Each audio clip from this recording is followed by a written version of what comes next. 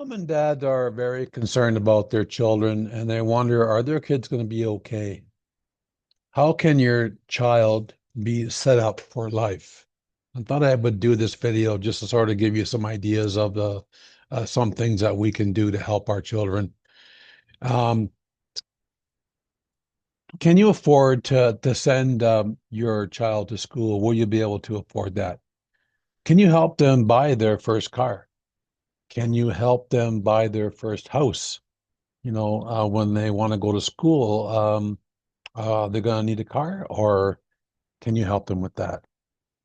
And so you really want to help, but you don't know really where to start. But there are good solutions. We just need to find a fit. So I'm going to give you an example. Can we save the money in a traditional savings plan? And so I'm going to show you an example here. First of all, where are the funds going to come from? Is it some families are getting a child tax credit, so could we use a portion of the child tax credit? As grandma and grandpa, are they um, willing to contribute towards a plan for their grandchildren?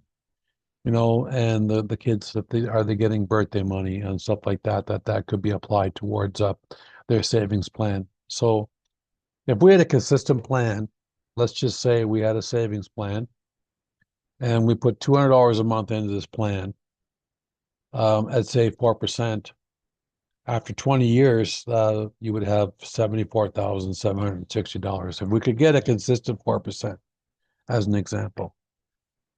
And what would that look like at 3%? Oh, for 20 years, 3% would earn approximately 66,740.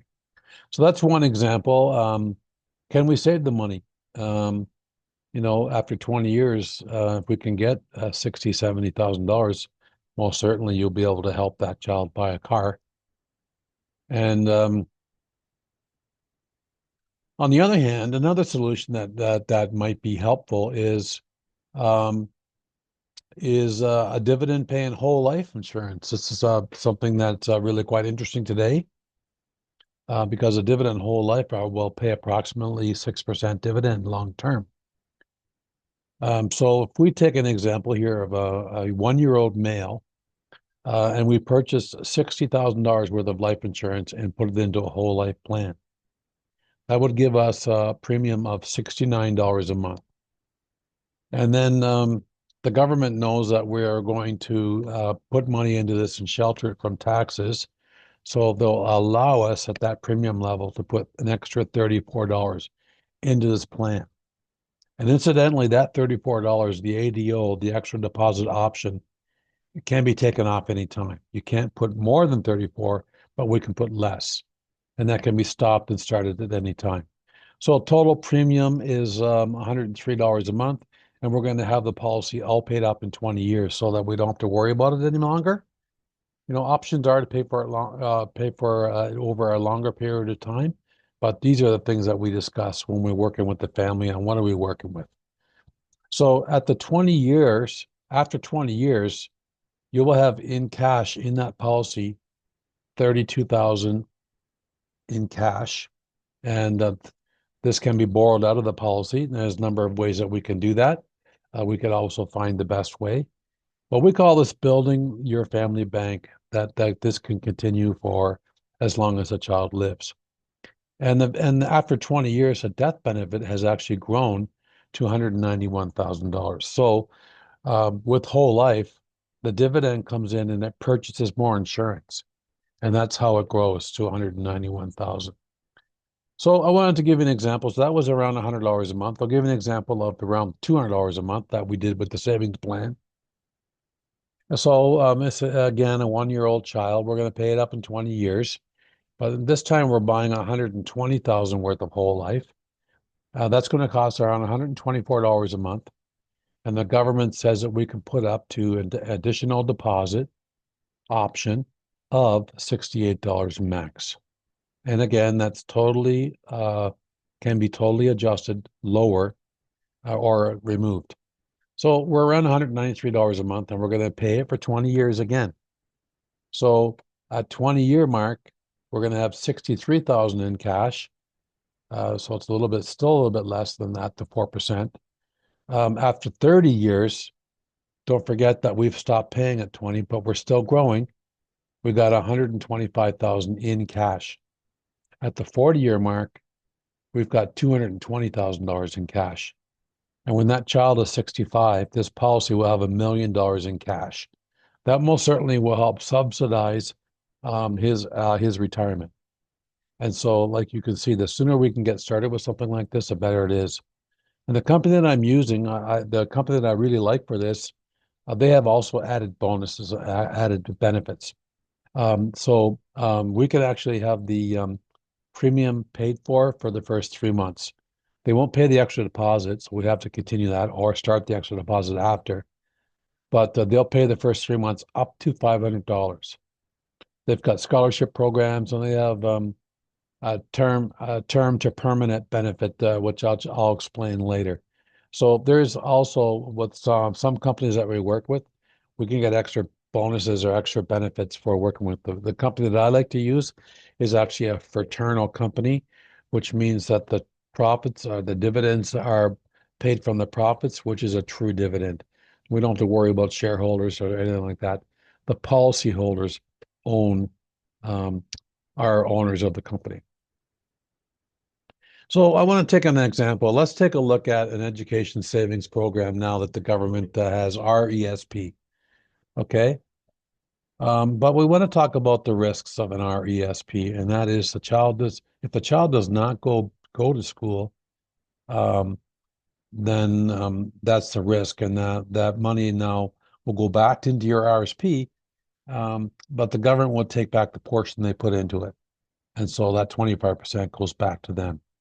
And there's also a risk of volatility in this plan because we're trying to make money with this, so we have to put it into volatility to try and grow it long term. And so an RESP, just so everybody knows the rules here, you can contribute yearly with the government standards, 2,500. They'll give you 25%. So they'll give you $500 as a grant towards education savings. And so you can contribute up to 50,000. This could grow well over 50,000, but you can only contribute to this plan $50,000. And so, ultimately, if we could do both, because, a lot of planners say, um, if we could get money from the government, why don't we take it? And so this is what we're finding is if we can afford to do both, depending on where the money's coming from, um, we can build multiple options for this child for success for the future. And again, the sooner we start, the better it is. So we talked about perks. I want to just bring some points here on the perks.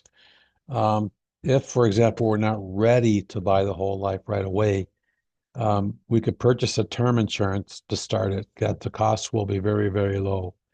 And the term insurance could be, 100,000 or what have you. But at later date, we could actually convert that to a whole life plan and if you do it in the first year, they'll take all the money that you put into the term and they'll put it into as a premium for the whole life. Okay.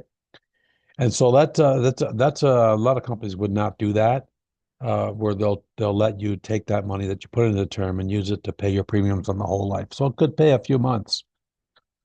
But then that actually will decrease.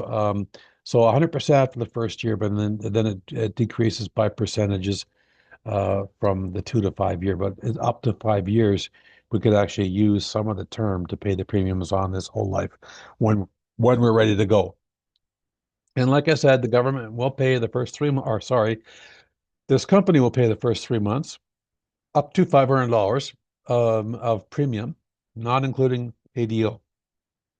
Also, if you purchase this policy in the first year of the child's life, before his first birthday, the company will give $100 bonus to that family because they understand, you got expenses, diapers, and that we have to pay for. So this is only in the first year, and it's paid out once the policy's been enforced for at least 6 months.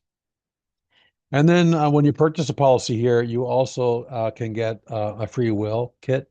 That we get this from Willful, and so now you have legal, simple, and online, and this helps avoid family complications. So now here's a way once we purchase a policy that we could actually get our wills done. So that's our presentation. This is my contact information, Peter Pickett. That's my cell number, my only phone number. This is my email if you'd like to send me a message. But I'm hoping that you got something out of this. And if you'd like to get more information on this, please reach out and let's start talking as to what could be a fit for you. Thank you very much. Please call me if you would like to get more information.